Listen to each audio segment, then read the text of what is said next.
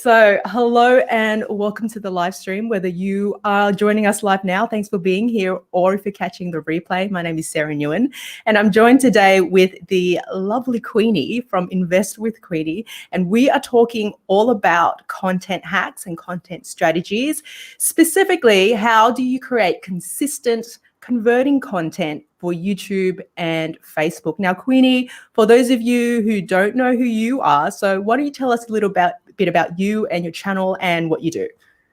Hey, thank you so much for having me on your channel. I'm so excited. This is my first YouTube live, so I'm a bit nervous because it's happening live. Oh, what's going to happen?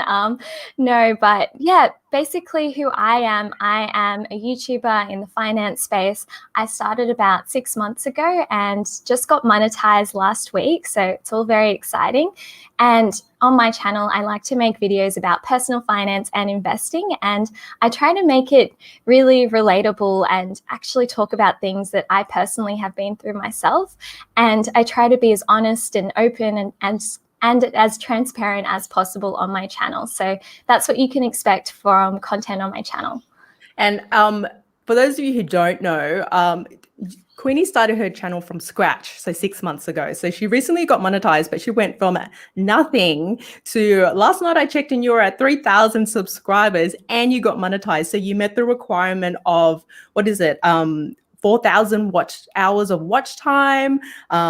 You met the subscriber count, and to do that in 6 months from scratch, as a content nerd, I know how much effort it goes into YouTube to get views, to get monetized, and I was so excited to see that. So I was really stoked to bring Queenie on because she knows so much about content. I love content, so I love having content friends, and we're just going to have a really great session today. So I'm excited to chat about all things content today. So if you have questions, put them in the chat, and if we get to them at the end, depending on how we go with time, we've got a lot of them, we'll throw a few Queenie's way and we'll answer them for you. So let's get right into it, Queenie. Now, we talked about your channel and you getting monetized in 6 months. How often do you release your videos? So I try to release my videos at least 3 times a week. I know it's a lot. It's quite a lot of content, but the more content that you can release on YouTube, but YouTube does have a bit of a thing with its algorithm. It does like to prefer content creators who are producing consistent content. So that's the reason why I try to do 3 videos a week. I know it might not be achievable for a lot of people, but I do recommend just as many as you can. That can really help you with your growth. That's cool. So I saw that you actually wrote on your channel twice weekly, but I swear you were doing like 5 videos a week. So how did you decide in terms of how much quantity you wanted to release? Because at the moment I'm doing on average 4 to 5 live streams a week, and that's a lot. And I chose that number because I wanted to, like you, create a lot more content to, be more discovered in the YouTube search, but also because I have a lot to talk about. So how did you land on the number of videos you wanted to release every week? Yeah, that's a really great question. So at the beginning, it was so hard. Like the process of creating videos was really difficult. And I actually create videos with my boyfriend. So I'm very lucky, we work on it together.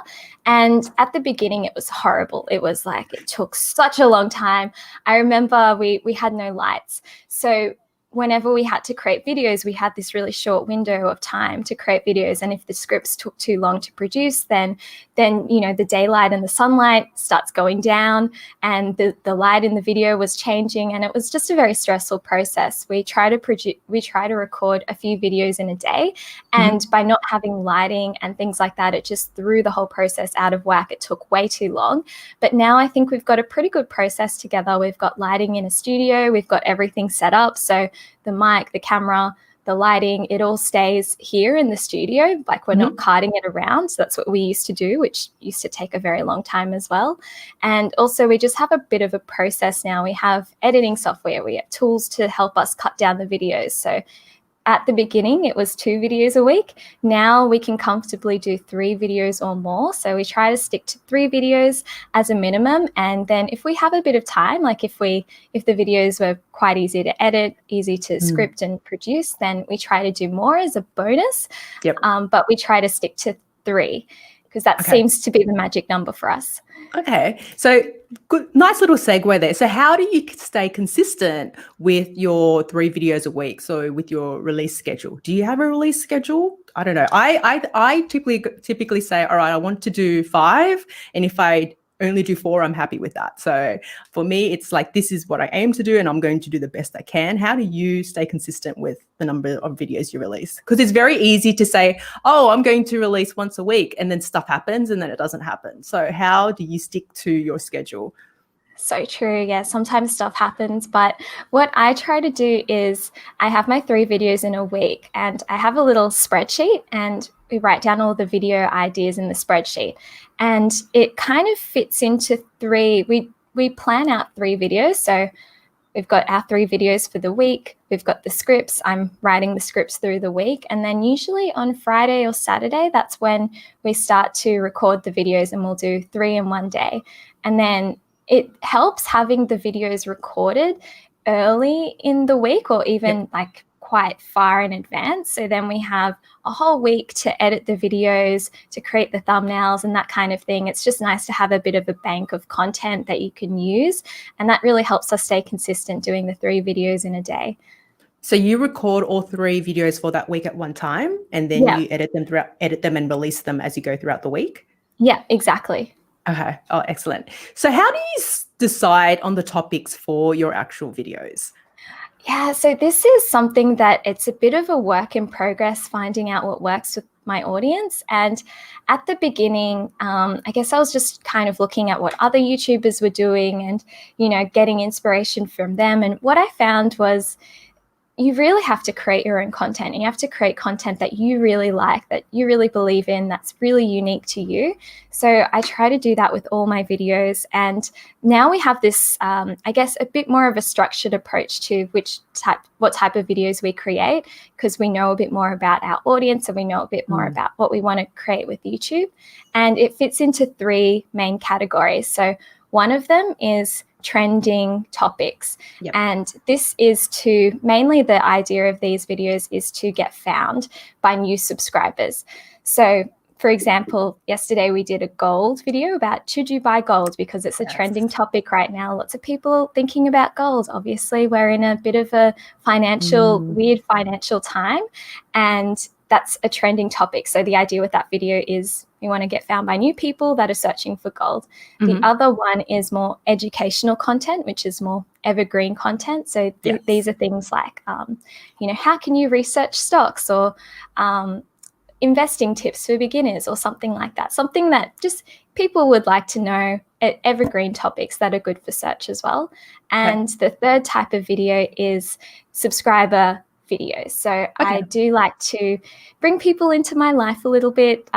Did a house tour the other day, and I really do like to get my subscribers to know me more and see a bit more of an insight into my personal life and things like that. So I do like to produce, and those are the most fun for me to create, honestly. Like, it makes me so happy, like sharing tips with people from my own personal life. So, and the idea with these 3 videos is they all have different, I guess, purposes, and they're all very important, because if I were to just create subscriber content, so if I were to just create videos about my personal life, I wouldn't really be getting any new people onto my channel, like no one's going to watch a video about someone they don't know. Like, oh yeah, cool, like let's look at this random person's house. Like, no one cares. Like, so that's why I do like to have a bit of a balance between, yes, my personal life and my what I personally learned, but also things to bring in new people. I really like that, because I think particularly with YouTube, you need to find that balance between content that you create that has a lot of keyword traffic that will, be found and that will potentially grow the channel, and then content that you kind of just like, that is your creative outlet, because that's the whole reason majority of creators start a channel, because they like, creating videos and they love the creative process. And sometimes when you just focus on keyword topics, it kind of starts to burn you out a little bit and becomes a grind. YouTube becomes like work, and you're like, oh, I'm creating a video about this specific topic. boring. So I really love that you've broken it down into like, fun, medium fun, and then like, the have to do type of topics. So I really, really love that you had that approach. Do you use any types of tools to help you find topics for your videos? Yeah, I do. So TubeBuddy, obviously, it's the YouTuber staple. So I actually have a premium account of TubeBuddy. I've recently invested in it because what I really like with it is you can A/B test thumbnails. Yes. And at the beginning, I was like, that could be quite cool, because sometimes when you're creating thumbnails, you're a bit confused. You're like, I like both of these thumbnails. I don't know which one to pick. So the good thing about the TubeBuddy Premium is you can A/B test your thumbnails, and I can also have a look at search topics and see what's trending, see what the search volume is, and see the competition as well. I'm a big fan of TubeBuddy as well. So they're a great tool. Love the data that you can get and the information. So they're definitely a tool to look at if you're not already using them. So in terms of all of the content you've created, I think I saw on your channel you've done like 60 videos or something today. And I was like, oh my goodness, like I'm tired just so many videos. What are some time-saving hacks that you've kind of uncovered that have helped you, or that you kind of learned from creating all of these videos in the last 6 months? Yeah, so, okay. Obviously, the first one was having a YouTube studio. So this is our spare bedroom that we converted into a YouTube studio, having the lights so we can create content at any time, even if it's 9 p.m. at night. We can create videos, which has been such a huge time saver. We don't have to wait until the sun rises in the morning. Another thing that has really, really helped is we found this really cool tool. I need to find the name of it. It's a really like random but new tool. It's called Time Bolt.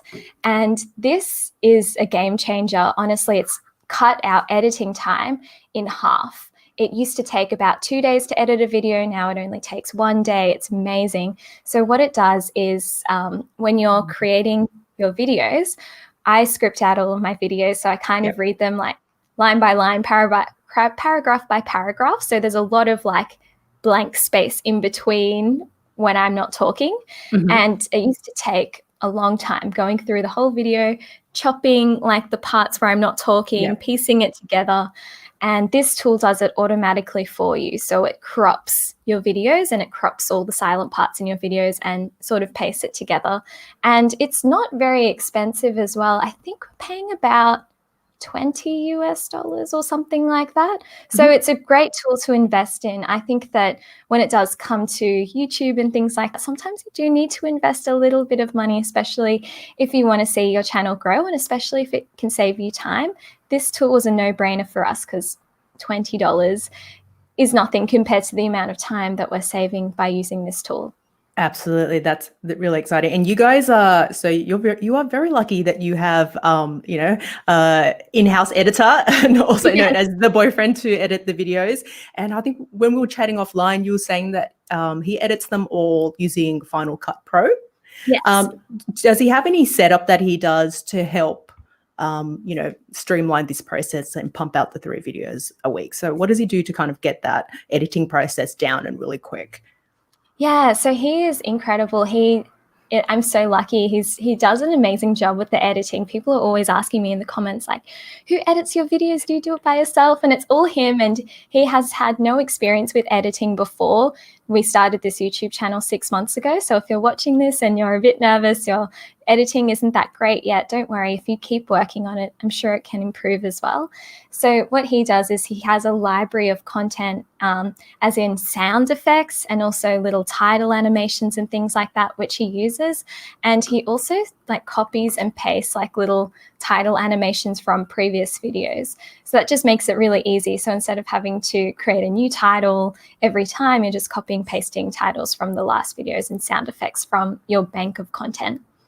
I think that's really important, because I think people get a bit lost, right? But when you set up like all of your titles, all of your transitions, and all of the cuts as a template, you're not doing it from scratch every single time. So that way, after you've filmed content, you can just slot it into the template and then produce it as you need to. So that's a really good hack. I found that as a big time saver. And even just, going that step and having, okay, this is the standard title template that I'm going to have. This is the standard transition I'm going to have. So you're not trying to figure it out every single time and reinvent the wheel every single time. So Exactly. I really, really, really love that. Now, a nice little hairy one. What are some content mistakes you've made with your videos? So you've created 60 plus videos now. What are some mistakes that you've made during this process? Because it's a process, YouTube, creating videos, it's something that you do, and no one is perfect out of the gate. So what are some of the things that you've learned from mistakes you've made? Yeah. Okay. So I think one of the biggest mistakes that I've made, and it's a learning process, of course, and that is not really understanding my audience fully and not really getting that target down. So I remember at the beginning, I was a bit confused about who my audience is and what they like. And now I think I've really streamlined it, and I know who they are, what kind of people they are. And they're very smart, very ambitious, very money savvy people already. So they already know a lot about finance, and they already have savings. They already have investments. They're very savvy. I think at the beginning, I didn't realize this. I just thought that it was a bit of a mix of people that some were good with money, some were kind of struggling, didn't know what to do. And I didn't realize this. And so I would create content that was also for the people that kind of were a bit like struggling with money, and it just didn't perform well because that wasn't my audience. And then I've really realized through surveys and through asking my audience about things that actually these people already know a lot about money. So I think that that's the one thing that you should really learn about your audience. It's who are they? And maybe there might be a bit of a pattern in the videos that don't do well. And that's what I found with me. So the content that was a bit more beginner investing and a bit more generic, basic content didn't really work, but the content that was a bit more, out of the box and a bit more advanced seems to do quite well. And now that I know more about my audience and I'm talking to them more and things like that, that's what I've really realized. So understand your audience, first one. Yep. Another mistake that I've made is creating content that wasn't really kind of getting inspiration from another YouTuber, like, oh, this person's video did really well. I'm going to get inspiration from it, do a similar video about it. And it just never works for me, like ever. So what I have to do is, what I've realized is I should really create unique content that is unique to me. And those videos always seem to perform really well. So I think if you are a new YouTuber just starting out, like it's great to get inspiration from other people, watch other people's videos, get some ideas. But ultimately the content that's going to do well for you is the content that you enjoy creating and the content that is unique to you. And that's what I found with YouTube. Like anyone can make a video about, I don't know, something generic that has been done a million times, but nobody can make a video that is from your own unique perspective. So that's a big takeaway. So create content that is unique and from your perspective.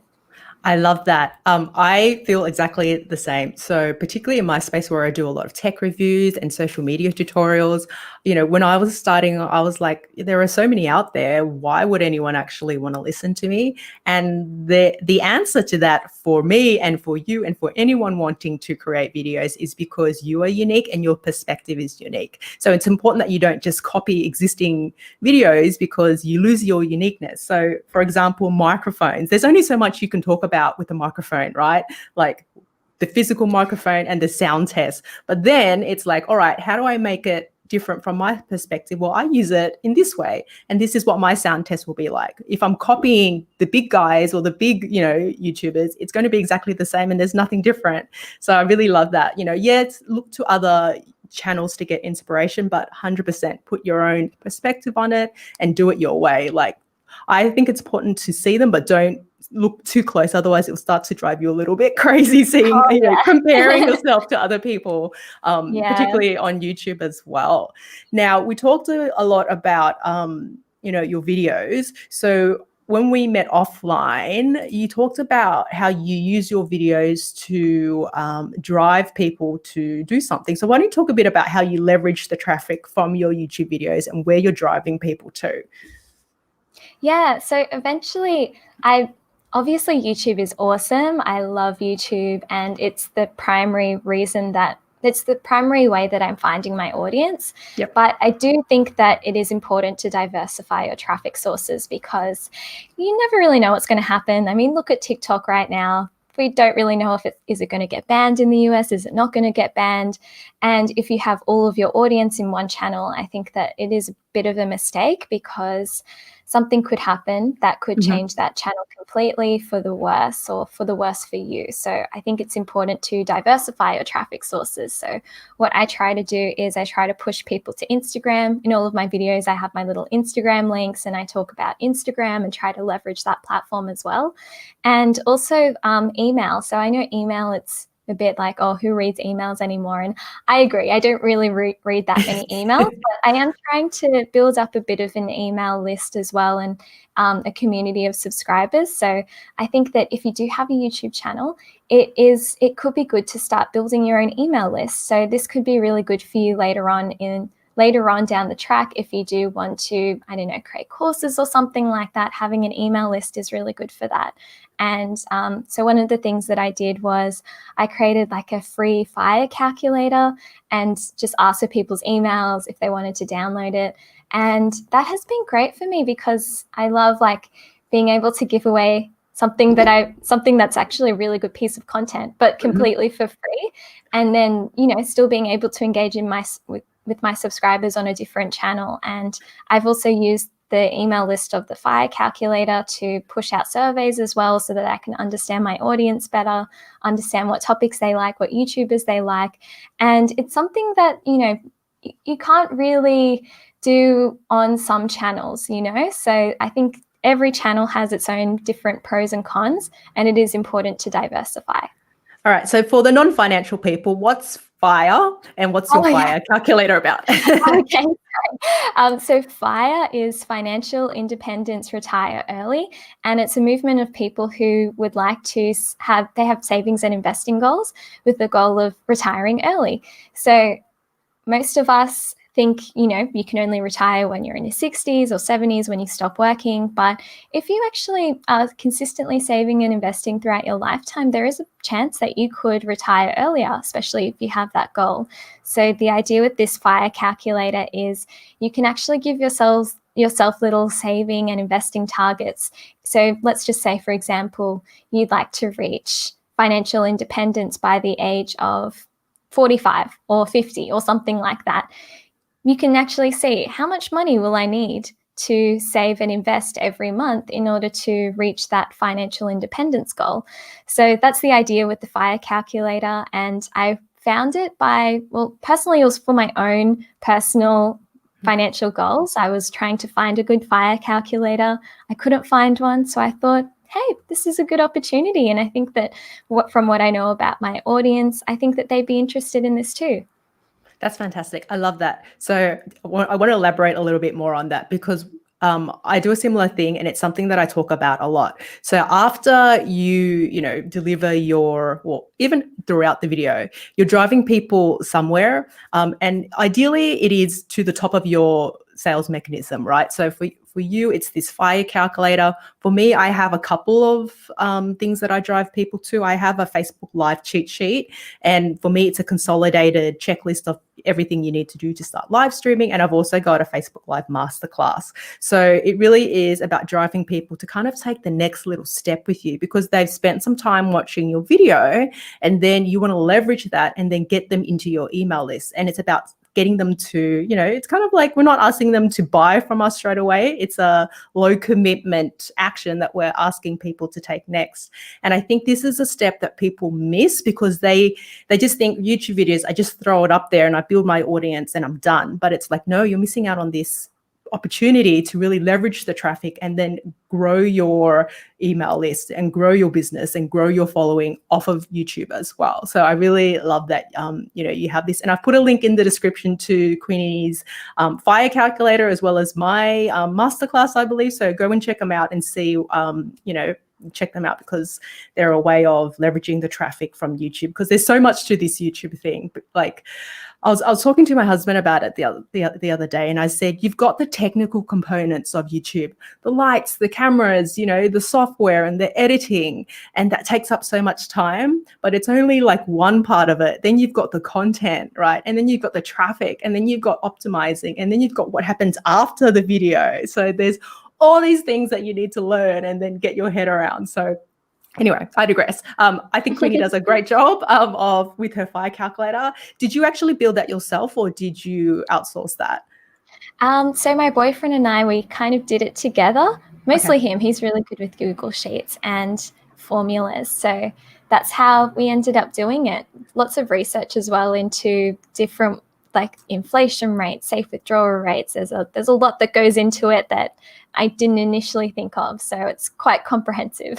Fantastic. Absolutely love it. All right. So we are coming up to the half hour now. So we're going to start wrapping up. So if you have any questions, please drop them in the comments. Thanks everyone for being here. Pablo, Justin, Dave, everyone, thank you so much for being here. I wanted to ask, as we wrap up the live stream, who do you watch on YouTube to get inspiration from? So I know we said don't like obsess over people, but surely there are people that you do watch that you think, man, you're amazing. I love watching your stuff. So who are some of the people that you like to watch on YouTube? Okay, I really like Matt Devella. I really like his content at the moment. I've been like watching so many of his videos. I love how cinematic it is, and it's all very unique and from his own personal perspective. So I definitely take a lot of inspiration from him when I am creating my own like unique subscriber videos. Like, how can I make it more Matt Devella? Like, he's cinematic. Like, what would Matt Devella do, and things like that. I just love his videos. I think that they're very engaging. And also I love like Erica Kohlberg. So she is YouTuber in the US, and really impressed by how she has like grown so quickly. And it was all from creating these like oops, sorry, that's my mic.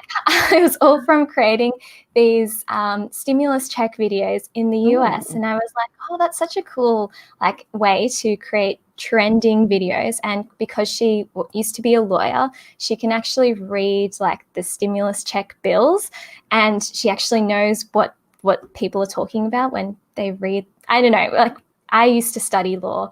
I don't understand what judges and lawyers are talking about, like when I was reading the things, but she knows, she can decode it, and she explains it to people on YouTube. So I think that's an awesome way that she's leveraging the skills that she's learned in college and applying it to YouTube. And I think it comes back to creating content that's from your own unique perspective and bringing something to yourself on the table, bringing yourself, into the videos.